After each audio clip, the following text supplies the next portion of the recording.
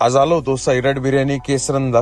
दादांचा call आला होता, त्यांनी कन्सल्टन्सी सेशन बुक केलं होतं आणि मग एकंदरीत पोहोचल्यानंतर सगळ्या विषयांवरती चर्चा चालू झालं. फ्रँचायझी आहे, फ्रँचायझीचं नाव चांगलं आहे, टेस्ट चांगला आहे, सगळं चांगलं आहे, काही अडचण नाही. पण जो मेन विषय होता की कॉस्टिंग हा खूप महत्वाचा फॅक्टर आहे आणि जवळजवळ फ्रँचायझी असल्यामुळं त्यांना सेल्सला खूप जास्त त्रास होतोय, कारण दुसरी फ्रँचायझी त्यांच्यापासून फक्त 2 किलोमीटर अंतरावर आहे. त्यामुळे त्यांना तिथंही त्या गोष्टीचा फटका बसतोय आणि दुसरं त्यांना प्रॉपर कॉस्ट वर्कआउट नाहीये त्यांच्याकडे, त्यामुळे त्यांना त्या गोष्टीचा त्रास होतोय. सो त्यामुळे कसं होतं की तुम्हाला ज्यावेळेस कॉस्टिंग वर्कआउट असतं, तुम्हाला त्या हिशोबाने प्रॉफिट पण मार्जिन व्यवस्थित राहतं, किती खर्च करायला पाहिजे, काय करायला पाहिजे, रॉ मटेरियल कॉस्ट वगैरे सगळं तुम्हाला व्यवस्थितरित्या कळून जातं.